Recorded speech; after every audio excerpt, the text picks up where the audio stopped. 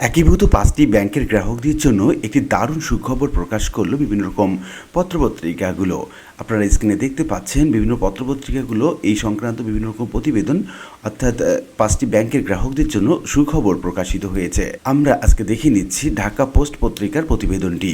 প্রতিবেদনের শিরোনামে যেমনটি বলা হচ্ছে, 5 ব্যাংক একীভূতকরণ সংকটে শেষ ভরসা নাকি আরও বড় আর্থিক ফাঁদ। তো কি বলা হচ্ছে মূলত এই সংবাদ প্রতিবেদনে, কি বলা হচ্ছে সরকারের পক্ষ থেকে, আর কি বলছেন মূলত গ্রাহকগণ বা ভুক্তভোগীগণ, এই সংক্রান্ত বিস্তারিত তথ্য জানাবো আজকে ভিডিওতে। পত্রিকায় যেমনটি বলা হচ্ছে, বছরের পর বছর অনিয়ম, ঋণ জালিয়াতি, অর্থ পাচার এবং দুর্বল সুশাসনের কারণে দেশের ইসলামী ব্যাংক ধারার 5টি বেসরকারি ব্যাংক কার্যত আর্থিকভাবে ভেঙে পড়েছে।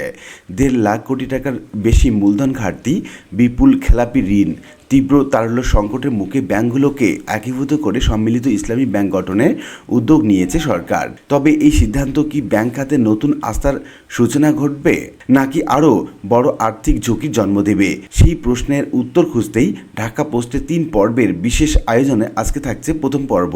বাংলাদেশ ব্যাংকিং খাত আরেকটি ঐতিহাসিক মোড়ে দাঁড়িয়েছে। কয়েক বছর ধরে আলোচনায় থাকা ইসলামী ধারার 5টি সংকটাপন্ন বেসরকারি ব্যাংককে একীভূত করে নতুন ব্যাংক গঠনের উদ্যোগ এখন বাস্তবায়নের শেষ পর্যায়ে। ফার্স্ট সিকিউরিটি ইসলামী ব্যাংক, সোশ্যাল ইসলামী ব্যাংক, ইউনিয়ন ব্যাংক, গ্লোবাল ইসলামী ব্যাংক, এক্সিম ব্যাংক একীভূত করে সম্মিলিত ইসলামী ব্যাংক পিএলসি নামে নতুন একটি ব্যাংক প্রতিষ্ঠা করেছে সরকার। বাংলাদেশ ব্যাংকের ভাষ্য অনুযায়ী এটি কেবল প্রশাসনিক পুনর্গঠন নয়, বরং সম্ভাব্য পদ্ধতিগত আর্থিক সংকট ঠেকাতে নতুন জরুরি পদক্ষেপ।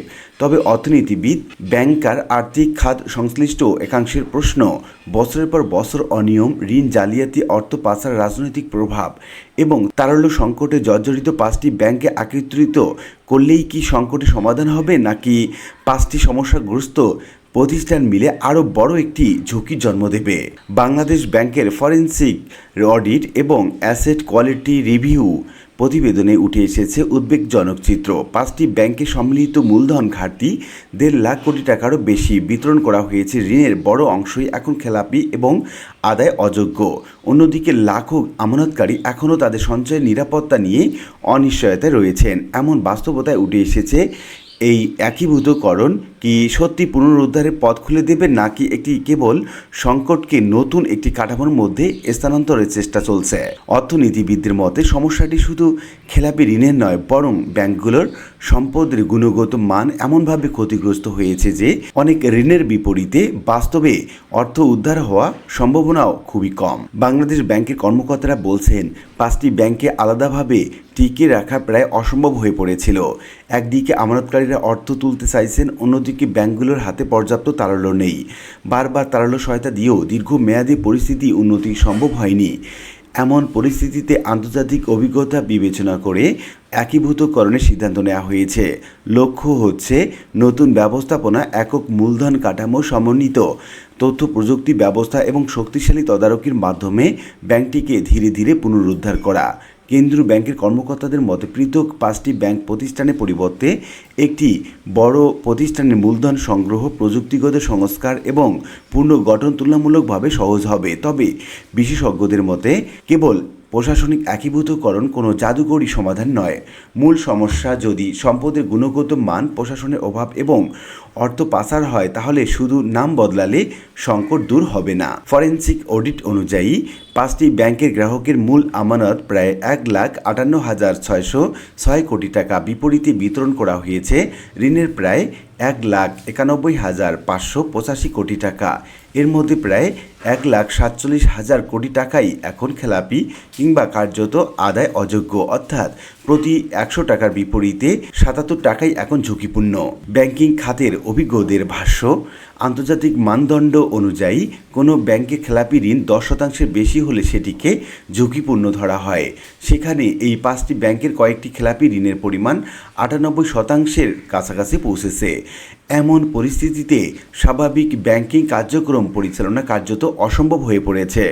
বাংলাদেশ ব্যাংকের পর্যালোচনায় দেখা গেছে, 5টি ব্যাংকের সম্মিলিত মূলধন ঘাটতি 1.5 লাখ কোটি টাকারও বেশি, অর্থাৎ ব্যাংকগুলোর সম্পদের প্রকৃত মূল্য দায়ের মধ্যে বিশাল ঘাটতি তৈরি হয়েছে। কোনো ব্যাংকের মূলধন নেতিবাচক হয়ে গেলে সেই ব্যাংক নিজের ক্ষতি বহনের সক্ষমতা হারায়। তখন কেন্দ্রীয় ব্যাংক সহায়তা ছাড়া স্বাভাবিক কার্যক্রম পরিচালনা করা কঠিন হয়ে পড়ে। বিশেষজ্ঞদের মতে নতুন ব্যাংককে টিকিয়ে রাখতে শুধু প্রাথমিক মূলধন দিলেই হবে না, দীর্ঘ সময় ধরে তারল্য সহায়তা, খেলাপি ঋণ পুনরুদ্ধার এবং সম্পদ ব্যবস্থাপনায় কঠোর পদক্ষেপ নিতে হবে। তাদের মতে একীভূতকরণের প্রকৃত সফলতা নির্ভর করে কাগজে কলমে নতুন ব্যাংক গঠনের উপর নয়, বরং আগামী 5 থেকে 10 বছর কতটা খেলাপি ঋণ উদ্ধার করা যায়, কতটা দ্রুত তারল্য সংকট কাটিয়ে ওঠা সম্ভব হয় এবং সবচেয়ে গুরুত্বপূর্ণ আমানতকারীদের আস্থা কতটা দ্রুত ফিরিয়ে আনা যায় তার উপর।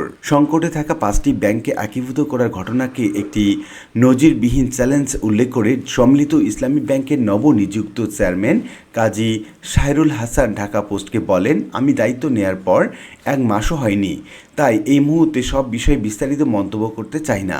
ব্যবস্থাপনা পরিচালক এমডি নিয়োগ হয়েছে, আশা করছি কয়েকদিনের মধ্যেই নতুন এমডি আনুষ্ঠানিকভাবে দায়িত্ব গ্রহণ করবেন। তিনি আরও বলেন, সংকটে থাকা 5টি ব্যাংককে একীভূত করে একটি ব্যাংক গঠন নজির বিশ্বের খুব বেশি দেশে নেই, তাই এটি আমাদের জন্য বড় ধরনের চ্যালেঞ্জ। আমরা ইতিমধ্যে কাজ শুরু করেছি এবং প্রয়োজনীয় পরিকল্পনা নিয়ে এগোচ্ছি। আমাদের প্রধান লক্ষ্য হচ্ছে ব্যাংকটিকে ঘুরে দাঁড় করানো এবং আমানতকারীদের আস্থা পুনরুদ্ধার করা। তো লিখিত বিভিন্ন আলোচনা থেকে আমরা এটুকু বলতে পারি যে এই একীভূত 5টি ব্যাংকের সংকট নিরসনে ব্যাংকটি ধীরে ধীরে এগিয়ে যাচ্ছে এবং গ্রাহকদের টাকা তারা ধীরে ধীরে দিচ্ছে এবং যাতে সব টাকা একসঙ্গে দেয়া যায় এবং গ্রাহকরা যাতে এই ব্যাংকে টাকা আবারও আমানত এখানে রাখেন সেই ব্যবস্থা তারা বিভিন্ন রকমভাবে চালিয়ে যাচ্ছেন এবং সেই আস্থা অর্জন করার চেষ্টা চালিয়ে যাচ্ছেন তারা মূলত। আশা করি বিষয়টি বুঝতে পেরেছেন। আর আজকে ভিডিওটি এ পর্যন্ত। ভিডিওটি ভালো লাগলে লাইক কমেন্ট করতে ভুলবেন না। এরকম নিত্য নতুন ভিডিওর আপডেট পেতে অবশ্যই চ্যানেলটি সাবস্ক্রাইব করে রাখুন। ভালো থাকবেন, ধন্যবাদ।